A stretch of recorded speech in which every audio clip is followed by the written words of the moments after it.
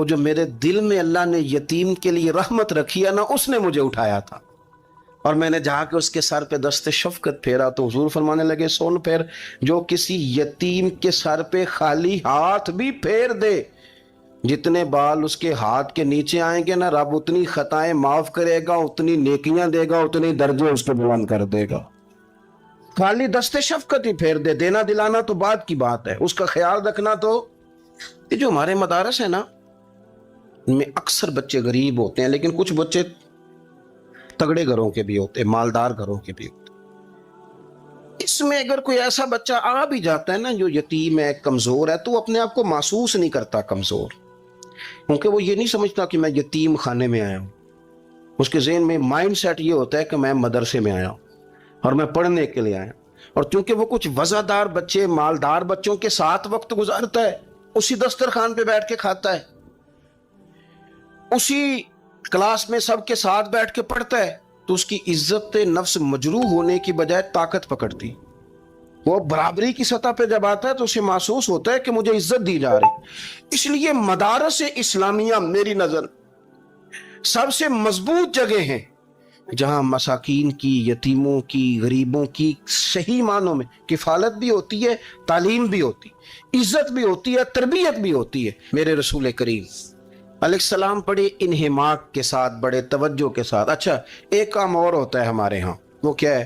اگر کوئی یتیم مال چھوڑ گیا نا اس کا باپ، تو پھر تو بارے نہیں آ رہے ہیں اس کے، پھر تو اللہ خیر کرے کہ بہت سارے مل جائیں گے کفالت کرنے والے، بہت سارے ملیں گے دھیان رکھنے والے، بڑے سارے ملیں گے توجہ دینے والے۔ قرآن مجید نے فرما دیا ہے کہ جو یتیم کا مال کھاتا ہے وہ سمجھ لے کہ میں مال نہیں کھا رہا، میں آگ کھا رہا ہوں، آگ کھا رہا ہوں، آگ۔ سورہ نساء دیکھیے۔ ہمارے ہاں اگر تو وہ مال چھوڑ گیا ہے تو پھر تو بہت سارے رشتہ دار مستقل اس کے محلے میں مکان لینے کو تیار ہو جاتے ہیں، الا ماشاءاللہ۔ پھر تو بڑے سارے ایسے بھی رشتہ دار بن جاتے ہیں جن کو والد کی موجودگی میں کبھی زیارت کا موقع بھی نہیں ملا تھا۔ یہ مال جو یتیم کا ہے، اس کی تو زیادہ حفاظت کرنی تھی۔ ہم کئی دفعہ مسئلہ بتاتے ہیں، لوگ فتویٰ بازی شروع کر دیتے۔ مجھے بلایا گیا کہ ایک صاحب کا انتقال ہو گیا، تو ان کا ختم شریف ہے، تو بچے ان کے نابالغ ہیں، تو میں نے کہا کہ آپ اس طرح کریں، ان کے مال میں سے زیادہ پیسے نہ صرف کریں۔ نہیں جی نہیں، بڑے پیسے کمائے ہیں جی، اس نے ساری زندگی باہر نکالی ہے، تو لاکھوں کروڑوں کمائے ہیں، تو چھوٹا گوشت پکائیں گے، بکرے کا گوشت پکائیں گے اور ہم ان کا ختم شریف دلائیں گے۔ تو میں نے کہا صاحب آپ رشتہ دار ہیں، ان کے بچوں کے مال کی حفاظت کریں۔ ختم شریف تو اس میں گوشت زیادہ ہونا ضروری نہیں، اس میں تو درد سے دعا کرنا ضروری ہے، اس میں تو تلاوت قرآن پاک کے سال ثواب میں ضروری ہے، ذکر اذکار ضروری ہے۔ لیکن کیا کیا جاتا ہے کہ بے دریغ مال ان کا اگر ہو تو، ایک حدیث پاک ہے بخاری مسلم میں، بڑے غور سے سنیے اور اس کے اندر جتنے پہلو ہیں ان پر پوری توجہ دیجیے گا کہ کہیں ہم ادھر آ تو نہیں گئے۔ رسول پاک صلی اللہ علیہ وسلم نا ہمارے لیے سب سے بڑے حکیم ہیں، سب سے زیادہ حکمت حضور نے ہمیں بتلائی ہے کہ اس رستے چلو گے تو بچو گے، اس رستے جاؤ گے تو ہلاک ہو جاؤ گے۔ نبی کریم علیہ السلام نے فرمایا، بخاری مسلم ہے، فرمایا 7 ہلاک کرنے والی چیزوں سے بچنا، اگر ان میں تم چلے گئے تو ہلاک ہو جاؤ گے۔ 7 چیزیں ہیں جو تمہیں ہلاک کر دیں، برباد ہو جاؤ گے، تباہ ہو جاؤ گے، ہلاکت کا سفر ہے یہ، 7 چیزوں سے بچو۔ یا رسول اللہ صلی اللہ علیہ وسلم وہ کون کون سی؟ تو حضور نے فرمایا اللہ کے ساتھ شریک نہ کرنا، ہلاک ہو جاؤ گے۔ دوسرا نبی پاک صلی اللہ علیہ وسلم نے فرمایا جادو نہ کرنا، ہلاک ہو جاؤ گے، ہلاک۔ اور یار جسے حضور فرما رہے ہیں ہلاک ہو جائے وہ بچے گا؟ نبی پاک صلی اللہ علیہ وسلم نے تیسرے نمبر پر فرمایا جس شخص کے قتل کرنے کو اللہ نے حرام قرار دیا ہے اسے قتل نہ کرنا، ہلاک ہو جاؤ گے۔ چوتھے نمبر پر رسول پاک علیہ السلام نے فرمایا سود نہ کبھی بھی کھانا، ہلاک ہو جاؤ گے، ہلاک۔ بڑی بڑی دلیلیں دی بینک والوں نے، بڑا سمجھایا تو حاجی صاحب مان گئے، محترم مان گئے، کہنے لگے نہیں جی نہیں وہ کاروبار میں لگاتے ہیں۔ بڑے بھولے بالے ہیں ہم، پتہ سارا ہے۔ اور دیکھو سب کاموں کے باوجود مستقل بینکوں میں پیسے اس اکاؤنٹ میں رکھے ہوئے ہیں جہاں سے مستقل سود آتا ہے۔ حضور نے فرمایا نہ کرنا یہ کام۔ تو کہتا ہے میں سود پہ پیسے لے کے کاروبار چمکاؤں گا، تیرے نبی پاک نے تو فرمایا تو ہلاک ہو جائے گا۔ تو کہتا ہے میں میل لگاؤں گا، حضور نے تو فرمایا ہلاکت ہے۔ تو کہتا ہے میں بڑا کچھ کر جاؤں گا تو ہلاکت ہے. اچھی طرح سمجھ لے, اصل مال بھی ضائع ہو جاتا ہے اس بندے کا جو سود کا مال ملا لیتا ہے, اصل برکت بھی اڑ جاتی. اور میرے نبی پاک صلی اللہ علیہ وسلم نے 5ویں نمبر پہ فرمایا یتیم کا مال نہ کھانا, ہلاک ہو جاؤ گے. نہ کھانا ان کا مال, یہ کروڑوں ہو, اربوں ہو یا 10 روپے ہو, یتیم کا پیسہ نہ کھا جانا, ہلاک ہو جاؤ گے, ہلاکت تمہیں آ لے گی. اور پھر 6 نمبر پر نبی پاک علیہ السلام نے فرمایا کفر سے جہاد ہو رہا ہو تو کبھی پیٹھ پھیر کے بھاگنا نہ, ہلاک ہو جاؤ گے. اور 7ویں نمبر پر اللہ کے رسول نے فرمایا بے قصور اور بے گناہ عورت پر تہمت نہ لگانا. بلا وجہ بہو کے کھاتے نہ کچھ ڈال دے, بلا وجہ بھابھی اور بیوی اور کسی بھی خاتون پر کوئی الزام بے قصور عورت پر بہتان نہ لگانا. مار مار کے ایک شخص نے بحال کر دیا بیوی کو, اور بعد میں پتا چلا کہ جی مجھے شک ہے تعویذ کراتی ہے. کیا آپ کی سوچ ہے؟ مسلمان اللہ کو ماننے والا, اور اس باتوں پر الزام لگائے گا تعویذ کرا کے لاتی. بے قصور عورت پر بہتان, ایک تو بات ہے اسے مارنا, اور ایک یہ ہے کہ کوئی تکلیف دینا, اور ایک خالی اتنی بات کی کہ بہتان بھی نہ لگانا اس پر, الزام